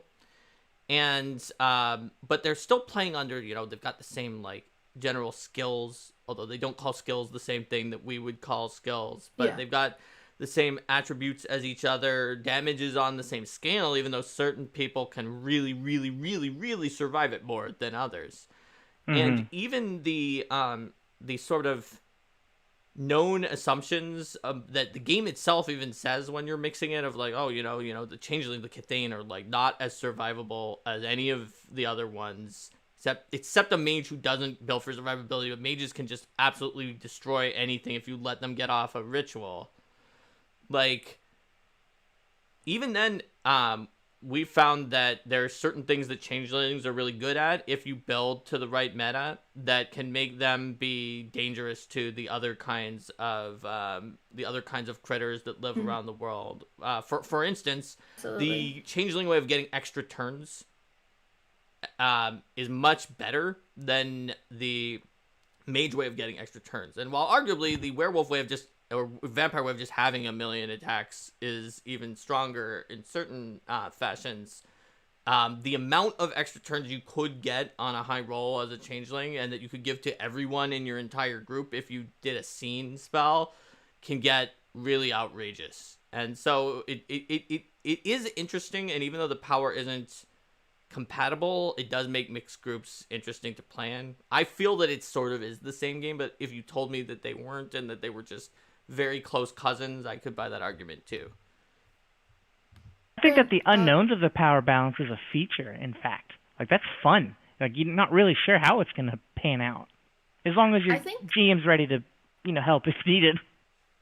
I think that the old World of Darkness games, like you said, Mark, they all function on the same system, but they all have drastically different stories that they are suggesting to you that they are going to tell. And so in that way, where they are all very different stories, they are all individually a more curated experience. Whereas if you just combined them all into one game and said that we're going to play World of Darkness, that's further along towards being a kitchen sink. Yeah, I think that they have a meta story that's connected, but they do, yeah. That aren't, you don't have to. Like, for instance, you don't have to be like, well, the Avatar storm that is a problem for mages who are trying to get into the Umbra right now was caused because of the fact that some of the techno mages nuked the afterlife, which is the setting for the ghosts in Wraith, and then that caused rippling destruction and problems, and now there's this storm of extra avatars that are around there, and then now they're looking for new places, and the mind wizards are like trying to take over some of the areas that the changelings want to use because they can be used by either of the two people. And so like there is overlap, but they do have very different themes. They have their own big enemies, their own big bads that are more important to them in a way that's kind of like Seigen Densetsu 3. Which of Mana is it in English now? Is it like Trials of Mana? The one that has, you can pick your starting character and there's kind of 3 BBEGs, but one of them kills the other 2. The one that your character hates the most, and then that's the one you actually fight. So similarly, World of Darkness has all these things that are going to destroy the world or cause an apocalypse, but your character, if you're playing one of them, probably cares the most about the ones that are like more personal to you. Absolutely. Does anyone remember Eternal Darkness on GameCube, where you had like the 3 like main evils and it was like that? Like one of them was the big bad one? Yeah. That was so cool. God, that game was great. That's a lesson in game design right there. Is old school Eternal Darkness. But even just the way that, while functionally maybe like a changeling's banality and a vampire's humanity might maybe interface with the game in kind of the same way, they both, just having it renamed and reframed drastically changes the role that it plays in the story and the kind of storytelling that you would want to use that system for. It's true. There's also the dichotomy between the role that the story thinks that those mechanics play and the actual mechanics themselves that can lead to some interesting pushback depending on how you enforce it. Like, for example, like the changeling setting thinks that glamour is very difficult to get, which is the points that you use to cast magic, and that therefore there's a struggle for these freeholds, which are a place that can get you back your glamour on a regular basis. But in reality, it's very easy to get back glamour in a variety of ways without having one. And so like you have to decide how you're going to deal with that. And in some cases, what I've done is just presented NPCs that are using the other ways to get it back, and then had the establishment be like, these people are weird. They're not doing what they're supposed to be doing. Like, we consider this to be eccentric and not like the normal way of doing things, so that you can acknowledge that it's possible, but then be like, we don't like that they're doing it this way. So we have a super chat from I think we have 2. Who is this? Sion Arikale. It says, our DM in a Pathfinder campaign sprung a night of playing a side game on us to design a village. It was so divisive that half of us had fun, but the other half were angry and almost quit. And it's having like a surprise change of system is not, it's not polite. It's not good. You want people want to know what game they are showing up to play. And that is the DM side. That's the warning. To a point. I'm on the DM side to the point. I like trying surprises because surprises can be fun, but you got to be ready to read the room, right? If you're in the middle of designing this village and half of the group's like, I am having a miserable time. Hey, sorry guys, I thought it'd be a cool idea. Let's pick up at where we left off with the characters. You know, you just got to be ready to switch gears if your surprise is surprising you and how bad it's going. You know, but I think surprises are fun. I think there's a use for them. You just got to be ready to unsurprise it if it didn't turn out that well.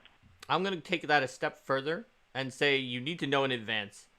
No, you have to know the players well enough to know that they want a surprise, which may be that in Session 0 you say, I have certain surprises that I might have in store for you where something is very different than what you think. I'm not going to tell you exactly what I mean by that, but tell me how you feel about that, because if you don't like those kind of things, we won't do it. And that way you can still keep most of the surprise because you just told them that there may be a surprise, but still have a conversation. The surprises shouldn't be a surprise, but they can still be surprises. We don't need surprise squared. We can have the square root of surprise. Jesus Christ. Why do you all let me on here?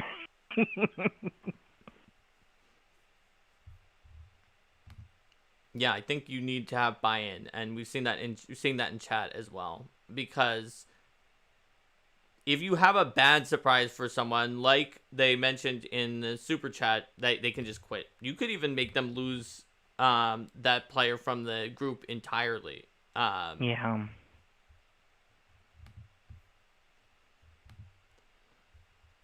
So where would you put World of Darkness in Old World of Darkness in its entirety, Jess, on the 0 to 10 sinks? That's really difficult because it is still a specific story. It is. It is not really that much of a kitchen sink at all. So I might put it around like the 4 or 5 mark, maybe. I'm thinking 5 for all of World of Darkness combined, and the individual ones lower. You know, like Vampire the Masquerade. That's not even a 5. I was also going to put it on 5-ish. Yeah. Because of the fact that it has to be at least up there in the middle, because of the fact that it does split out like different like social versus mental versus physical consequences, and it allows you to tell.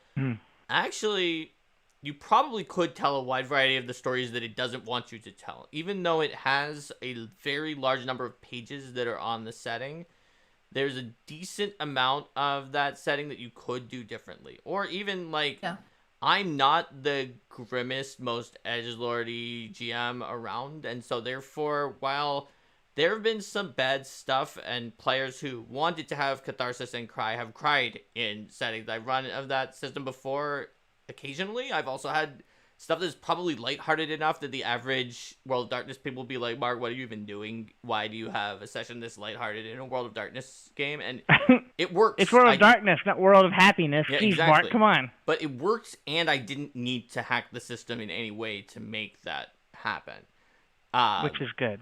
So, therefore, I was thinking it would have to be 5, or I would say maybe even it's 6, but it kind of wants to be 5 or 4, where like it puts like all the story stuff at the beginning, and like kind of the mechanics it even apologizes for in some of the 20th anniversary edition sections, and like puts them in the middle, sometimes makes them hard to find or reference in the way that it's organized, while making the lore and setting and specifics easier to find. So it's almost like it wants to be lower on the scale of sinks than it actually is capable of being. Did anyone else do this? Sorry, Eric S. Riley in chat also says World of Darkness is also the general storyteller system, which is a more generalized rule set, which is absolutely true. And the storyteller system in general might be even higher. Yeah, it would be. And there is a framework for discussing taking the storyteller system and divorcing it from the World of Darkness setting that exists already, in the same way that language exists for other games too. Right. Whereas that game that language doesn't exist in the same way for like D&D 5e.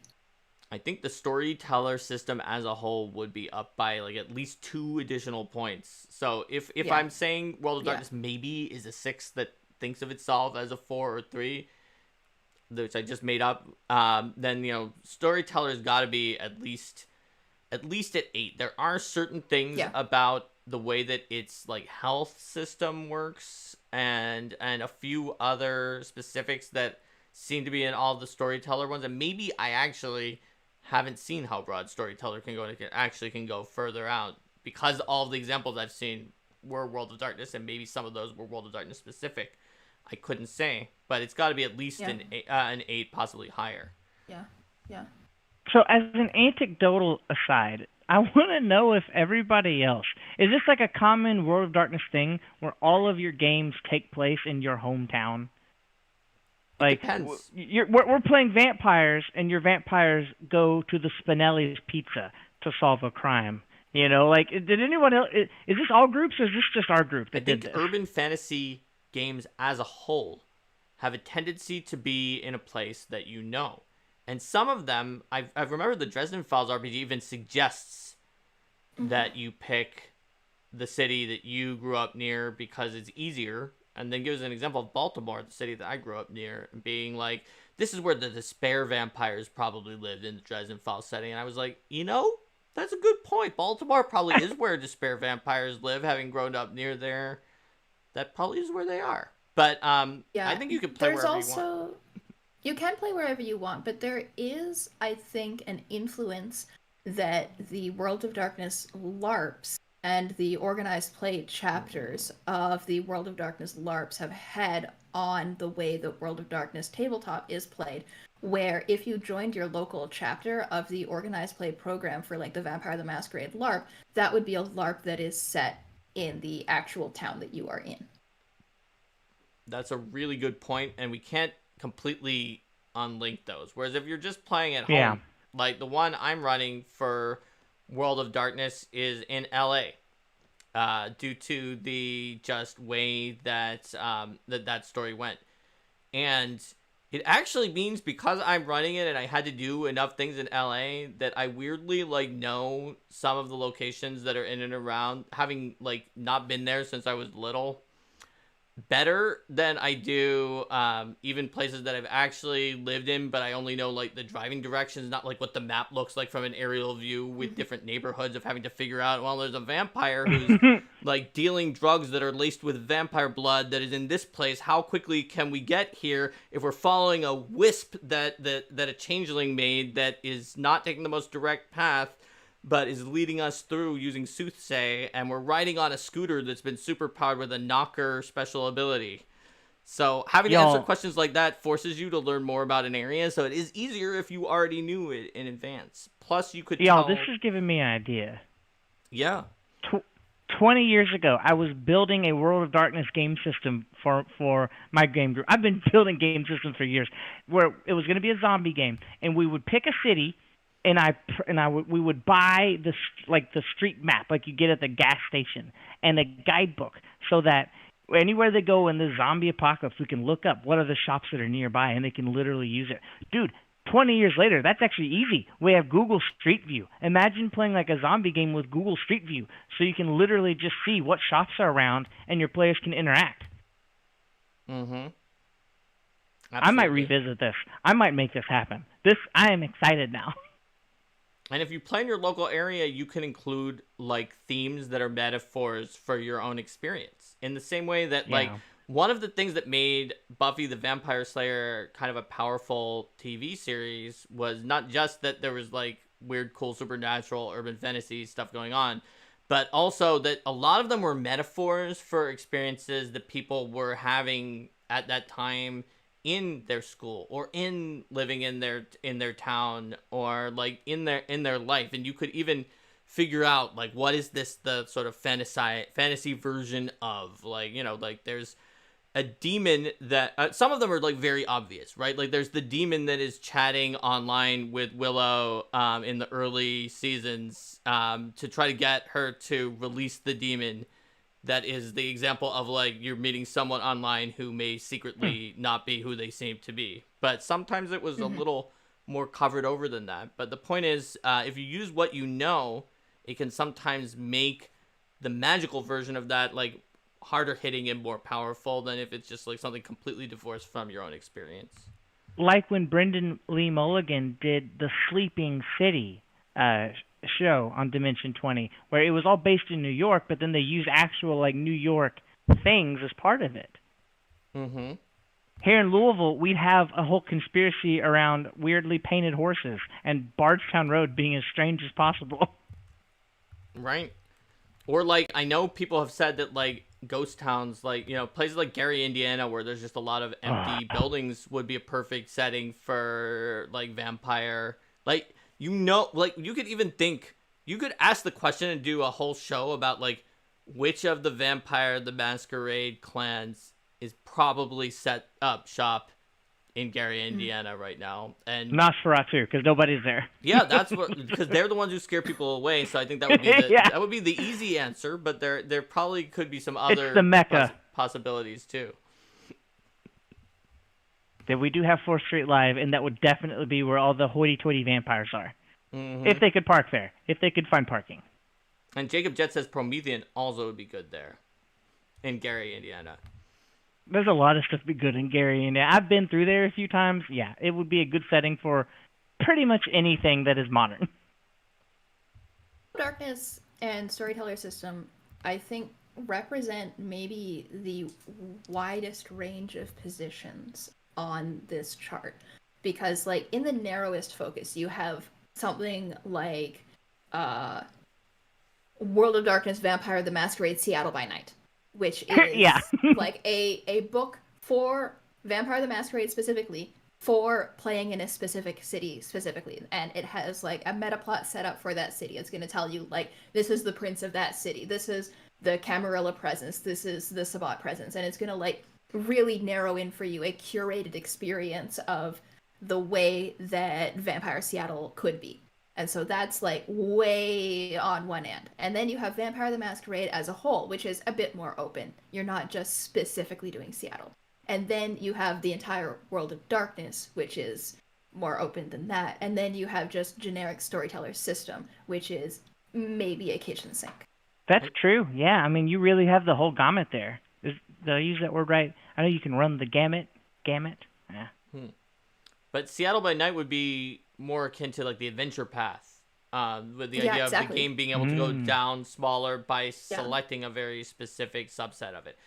I think that arguably the part that makes it so variable is the fact that World of Darkness wants to be lower on this scale, wants to be lower on a lot of scales that it's not lower on. Like, it wants to be a low mechanics storytelling system. You can tell by its name, but it's not. It's actually still pretty mechanics heavy. And so, like, those tensions lead to some interesting things, some of which make it a stronger system, some of it which make the usability of the books a little weaker in certain ways, and it makes it extremely unique, because I don't think there are that many other systems that so strongly seek to be something while providing a good example of an RPG that is the other way in certain aspects. Yeah, it's interesting to me how Storyteller into World of Darkness, into Vampire the Masquerade, into Seattle by Night presents, like, a gradient, whereas Pathfinder and then a Pathfinder Adventure Path are just kind of on opposite ends of the spectrum. And then Pathfinder plus Starfinder, too. Yeah. Because since we're about to have, Finder? Starfinder 2E. I don't know. What do you call it? Two-Finder. Two-Finder. Powered by Finder. Finder squared. Forged in the Finder. Oh. Finer squares. Finer squares. Or found in the path. I'm really excited, though, to get my hands on Starfinder, just so that we can start integrating it into Pathfinder games. Just replace Numeria with Starfinder, and you're good to go. I think that if Paizo were to present a codified name for, like, Found in the Path, that would dramatically change the way that people look at that system. Mm-hmm. Absolutely. Because a lot of the heavy lifting of, like, legitimizing a Forged in the Dark is offered just by the phrase Forged in the Dark existing. Right? Or, like I mentioned, Powered by the Apocalypse, literally, this is true. Yeah. If we had written in Pathfinder 2e in the front, when we were thinking about Pathfinder 2e, we thought about lots of games, and we thought about Pathfinder 1e, and we thought about we thought about Apocalypse World, and these other ones were inspired by all of them, and then said that we were powered by the apocalypse, then we would have been by the official definition of powered by the apocalypse, with no other changes being made to the game or any powered by the apocalypse-ness at all. And that itself is just an interesting fact, and having these phrases for it is something that my advisor back at MIT called the Rumpelstiltskin principle. And he said that having a name for something gives us power over it. It lets us express it more, and it lets us use it more. And the example he would always give are, your shoe strings, they have that little thing at the end of them. It's called an aglet. But most people don't know that it is, and he's like, well, now that you know it's called an aglet, it's easier to string together sentences or talk about, like, this. You can discuss good versions of aglets and, like, better aglets and short aglets. Yes. What makes a good aglet? 100%. And so, similarly, having a phrase like that, like, found in the path, that you could say, oh, well, of the found in the path games, obviously, Pathfinder 2e was the first. Starfinder 2e is a big example, but there's even, one of the creators of Pathfinder 2e, Jason Bowman, made Hopefinder, a found in the path zombie apocalypse game. And once you can say something like that, it becomes easier to talk about it. And the absence of having an official endorsed by Paizo found in the path piece of language to use is what makes Hopefinder a hack of Pathfinder and not a separate game. I think I figured it out. I think it'd just be Finder, set in the Finder system, or Pounder, I said that powered first, by the but Finder. I'm not sure if it works. Oh, I was thinking about other stuff. I was gonna bring to you guys, what about Orc Finder, because of the Orc license? But then I was like, no, I think Finder's just good enough though, powered by Finder, Okay. Interestingly, also I looked on the Hopefinder official thing to see if it said. It says that it's an RPG, but it also says it is a hack of Pathfinder and is not a complete game, and requires a working understanding of Pathfinder 2e. So, you're right, Jess. It does say, and it doesn't present everything, whereas in any Powered by the Apocalypse or Forged in the Dark game, it would have everything. It wouldn't be like, you have to go check out Blades in the Dark first. We're not going to reprint any of the things that were in there. Yeah. And there is a history precedent of this during, the D20 boom. A lot of the D20 games that were released would say that, they are compatible with Dungeons & Dragons, but don't replace your need for the Dungeons & Dragons player handbook. Right. 100%. And that is a completely... That is a interesting and weird way that the OGL promoted the creation of additional games, but tied them into not allowing them to completely be their own thing. It forced them all to be connected to Dungeons and Dragons in a way that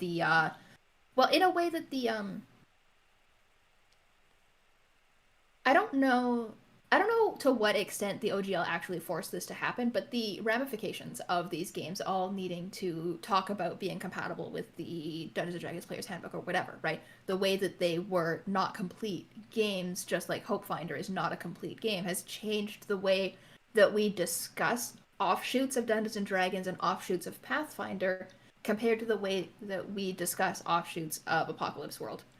Because both Apocalypse World and Dungeons & Dragons with the OGL had codified ways for how they want you to discuss and create offshoot games, and what is an offshoot game and the language that you use for an offshoot game.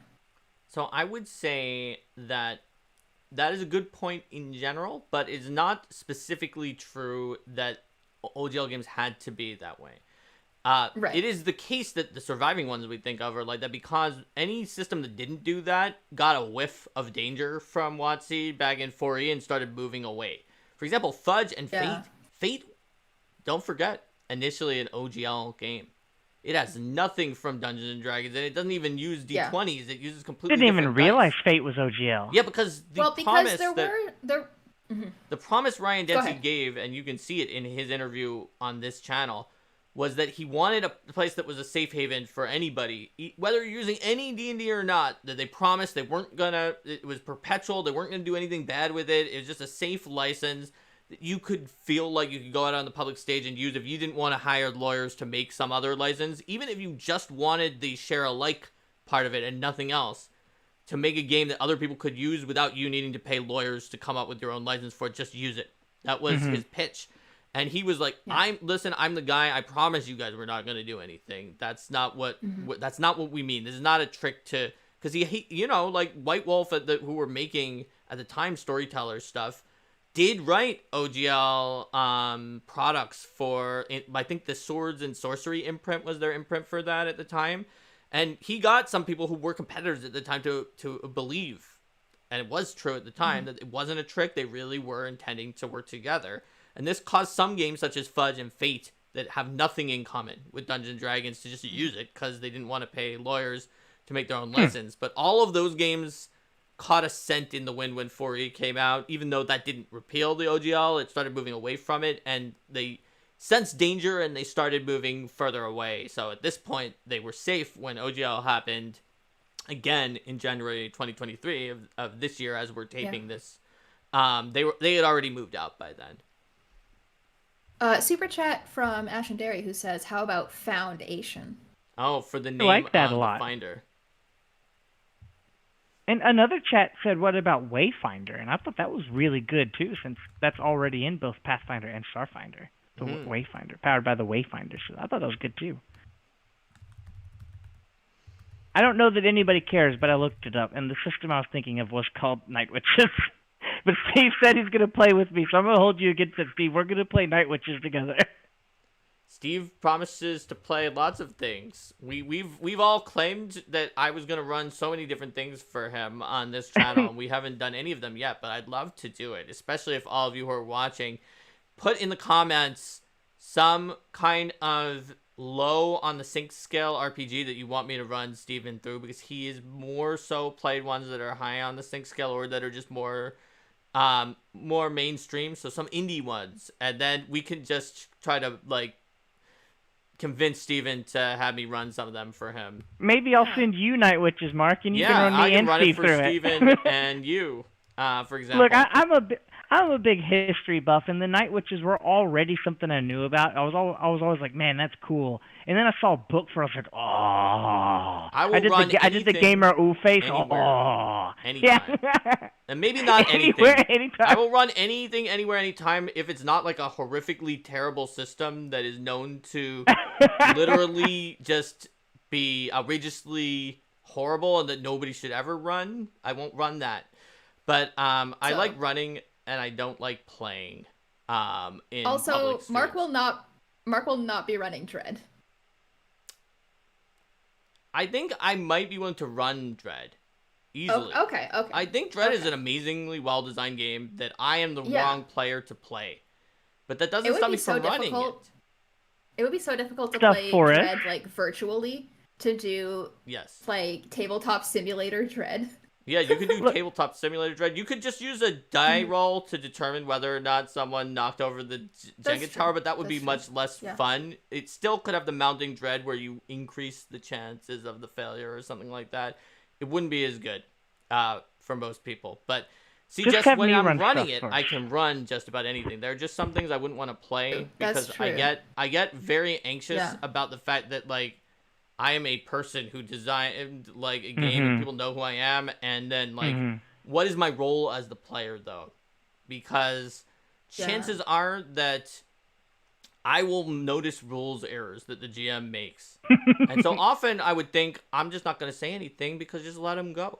But then I've had things where it was like, well, Mark Seifter was in a game when someone was running this and they messed up and he didn't say anything. So he probably didn't notice. So that means my interpretation of the rule, which is totally not found in the rulebook anywhere, but that person ran there that was more advantageous to me right now, was supported by Mark Seifter. And it's like, no, I was just trying not to be rude while being a player in a game by being like, well, actually, you got this rule wrong that I wrote. So, like, I prefer to run so that I don't have to have those kind of, like, conflicting things. The Dave says in Super Chat, Mark, that you should play Project Sunflower. His game, Project Sunflower. Ah. There you have it. I'll also note that we are at, I think, 96 likes right now, but still 138 watching. So I think we can hit that 100 like mark. Oh, no. And if we hit that 100 like mark, then what I'm going to do is I'm going to try to convince Mark to run Ferb House, the Furby RPG. Is that a real thing? Yes, it is. Yes, Ferb House is a real RPG where you play Furbies, and I will come back on. I'm not saying that if we reach 100 likes, I will come back on this stream and play Ferb House. That's more than I can promise. But I will campaign behind the scenes for a Ferb House actual play one shot on Roll for Combat. Yesterday, I went to visit my little brother who's living in my grandma's house. And my Furby, my first run Furby that Grandma stood in line for to get for me for Christmas was there. And I was like, wow, there it is. That's still real. Yeah. So, yeah, I would play Ferb House, and I would be my weird little Furby. There you and go. I could play Bartholomew, my long Furby. Oh, no, long Furbies are so cursed. All right. Maybe they would have a curse ability in Ferb House. I don't know what they would have. We've quickly crossed the 100 threshold. We're at 105, so I will now campaign behind the scenes for the Ferb House actual play. Okay. This is in front of the scenes. You're campaigning in front of the scenes right now. Right, but I'm also but you're going to do it behind the scenes. Oh, that I in will front and behind. do it behind the scenes. We will all message Steve and be like, make it happen. Ferb House. Feel good. I don't know. I don't remember. So I'll tell you what. So Jess is going to try, but we don't know if it's going to succeed or not. But if you can get it even after the fact of this stream, even you're watching this, you're not live. If we can get it to have more likes than the one where we brought on the contract lawyer, which I think is like 3.5 thousand, I'm certain that I can convince Steven. Oh, relatively certain, like 99%, because that is such a ridiculously high number of likes that would drastically be higher than any other similar stream that we have here on the channel in a while. So, Jess will try at 100, but if you get like 3,000 or so, then I can point to that and say, Steven, look, this is like when we brought on the contract lawyer. Everyone liked that episode. We've got to do what Jess suggested. So I can back Jess up better if you do that. Yeah. All right, well, let's give them something to campaign for then. What would be some of the hooks? What would be some of the features of the Ferb House story? Yeah, I know nothing about it. Yeah, well, Mark sure, but like, what do the Ferb Furbies House have to do? Because Lord of the There's a lot Unfinished of Project thinks information. it's a horror game. Well, What if there we had is a horror? There's a lot of lore in Ferb House. It tells you a lot about the Furby lore. And there's also Ferb wikis that you can read for more Furby lore. So there is a lot of lore in this Ferb setting. And describing Ferb House as a horror game, I wouldn't say that's completely wrong. Oh no. We do like a scary Furby game? Are we the Furbies, or are we like running from the Furbies? Oh no, we play Furbies. Oh, okay. We play Furbs. I see a suggestion for Vesson, which I do have. We could run a Vesson one where Furbies are the things that you're investigating. That way we could use Furbies while also using a different system. Or it could be a crossover with Ferb House Could RPG. be. Oh my goodness. This is a cursed abomination. God frowns on this chat. Jess, have you played that like horror game on Steam that is based on Furbies? I can't remember what it's called, but where it's like there's some kind of Furby-like creature and it is like being super creepy. I don't think so. Okay. Tattletale. Yes, Is that Tattletale. That's the one. it? Okay, no, I haven't played this. I will That's investigate exactly the this. one. You should Yeah. play it. Well, I googled Steam horror Furby game, Yes, that's the and one. it told me that I can save 20% on Tattletale. Yeah, well, it is, how much is 'cause Tattletale? it is the winter sale right now. It is a popular ish game that is horror and Furbies, so it seemed like it would be your jam. I will have to check that out. So Jess, is your next time long we have Furby Jess nearby on, so you can we'll show ask it? we'll ask for an update. I could go get Bartholomew, but he's They not are- nearby at the moment. I've seen a long Furby. They are absolutely cursed. Okay. Mm. Mm. It frightens me to my very core. I mean, Jess wrote the incarnations of darkness and despair, the the Darvakas, and one of them, one of the most powerful ones, was based off Bartholomew as like the visual image. Was it really? Yeah, the one that's long and horrible looking. Is that in what's that in? Bestiary 3, I think. Bestiary 3? Wow, I have to go see that. Yeah. That's so cool. Yeah. Is based off Bartholomew as one of the images that was sent to the illustrator to see the horror that is Long Furby. Get this the Darvaka are in Book of the Dead. Book of the... Oh, yeah, right, they're in Book of the Dead. They're not in Bestiary 3. I knew it was one of the later ones, but yeah, you're absolutely right. I have to go look this up. I do not remember it off the top of my head, and I have to see it. Especially if it's based off this curse thing. Urvaith. The Urvaith, one of the Darvaka, one of the Nightshades. Yes. Okay. That's right. Oh, cursed Furbies. I swear. That is what my original one looks like. This is Bartholomew.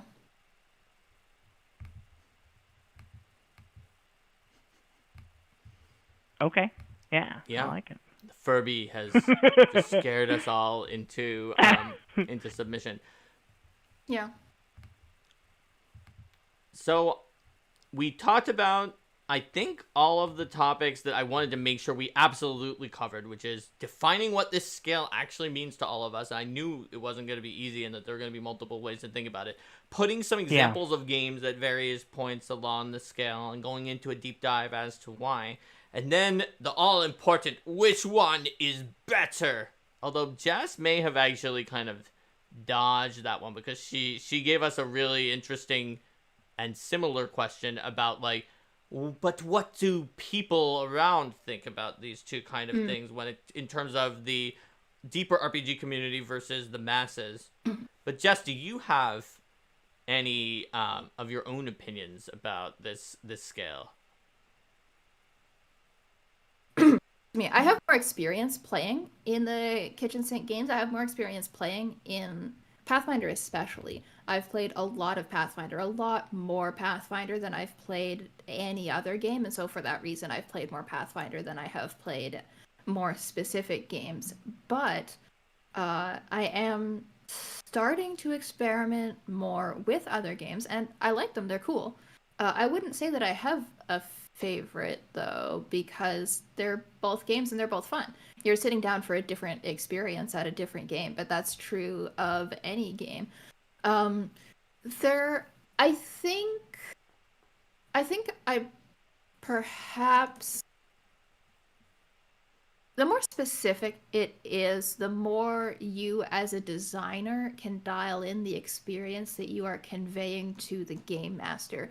And there is a lot of benefit to that, because when I think about the difference between writing an adventure for publish versus writing your GM notes for yourself to run a session, like, they both seem intuitively like they're probably similar. You're writing information that will be used by the game master, whoever that is, to run a session. But whereas your session notes or your GM prep for yourself is just your notes, you can't publish your notes in that way. When you write an adventure for publication, what you're actually writing is an instruction manual for the game master to teach them how to run one of your games. Because there's a lot of decisions that you would make automatically in, like, what your style as a game master is, that you need to include in an adventure so that the person running your adventure knows what your style choices that for yourself in your notes would go unspoken, what they are, and instructing how to GM in your style. And so in that way, I think that there is a lot that is interesting about writing a more specific game where you are writing in those instructions of how to run, like, a specific curated experience that has a style in mind that kind of has to be omitted when you write for, like, a Pathfinder. Yeah, that makes sense. Also, the Lord of the Unfinished Project has said that they, the Lord of the Unfinished Project, will run a Furby game at Gen Con after 1K likes. Or at the very least, they wrote 1K likes for a Furby game at Gen Con, and I assume that's an invitation that they have made that they're going to run one. You heard it here first, folks. Lord of the Unfinished Project will run the Furby game. If we get 1K likes. So we now have the continuum of where things are going to go. Yeah. And Jess might play that Furby game. We'll see. But as long as they're more like stretch goals. Yeah, it has to They're stretch goals for the video. It has to not overlap with your World of Darkness at Gen Con, though. I know that's the. Oh, that's big true. Yeah, I my will World play... of Darkness Gen Con LARP takes up a lot of my time. It happens Thursday night, Saturday night. Thursday, Friday, and Saturday nights. Starting at like 5 p.m. and going to like midnight or 1 a.m. It is a big time commitment. But you're like now the queen of all winter or something like that, right? They're not going to be able to do it without you. Well, okay, so the setting changes to a different setting, a different city every 3 years. Oh, and so this was the finale year for the New Orleans Chronicle. Got it. So Nadine Holiday is staying in New Orleans as the Queen of the Winter Court. And then in the next Chronicle, I will be playing a new character. So Nadine is being kind of like semi-retired. Has confirmed they will run the Furby at 1K. So I was just my kind of kidding, but... Mine will be gray. It will have a star over its eye and a chipped beak. Its name will be Trinket, and it will collect a lot of like jewelry. There we go. The character I have played that sounds the most similar to that was my Call of Cthulhu character. This was a game that a friend of Trinket came from a Warrior Cats game that a friend of mine ran. I didn't know anything about Warrior Cats, but I made a Trinket cat, and that was cute. My character class's only ability was that I knew how to open doors, but it was still more useful than some of the entire other classes. You know, coming back around, this does attest to the strength of the Pathfinder system as a kitchen sink, is that we did run a Warrior Cats game in Pathfinder, and we ran a Vampire Pirate game in Pathfinder. That's pretty kitchen sinky if you can do both of those pretty easily. That's true. All right. So we covered the main topics that I wanted to cover here, and we did our side topics. So I think that this seems good to me. Do Jess, Lauren, do either of you want to pitch something else at the end? I will say, remember the 25% off sale that is going on right now. If you're watching this live or close to live, it's a New Year's sale on battlezoo.com. Well, you can check out Lauren and I's podcast that we do, Legend Lore, on the No Direction Network. We should, now that the holidays are coming to an end, we should have new episodes starting to come out again sometime in the new year. If you want to follow me on social media, I do have the social medias. I am Tectonomancer, Tectonomancer. It is annoying to spell, annoying to write. It is tectonic, like tectonic plates, not techno. So Tectonomancer. I will only say ditto to what Jess said. But please come listen to our antics on Legend Lore over at the No Direction Network, because it's so much fun to just get together with Jess and just be a nut job in front of a camera for a bit. And I just have a blast doing it. I can't wait to get back in now that the holidays are over. All right. Well, since those are at nodirectionpodcast.com. That's right. So since we're like almost a No Direction crossover, then I'll end today by saying, if you want to battle the zoo, you have to roll for combat. Bye, everybody. Nice. I love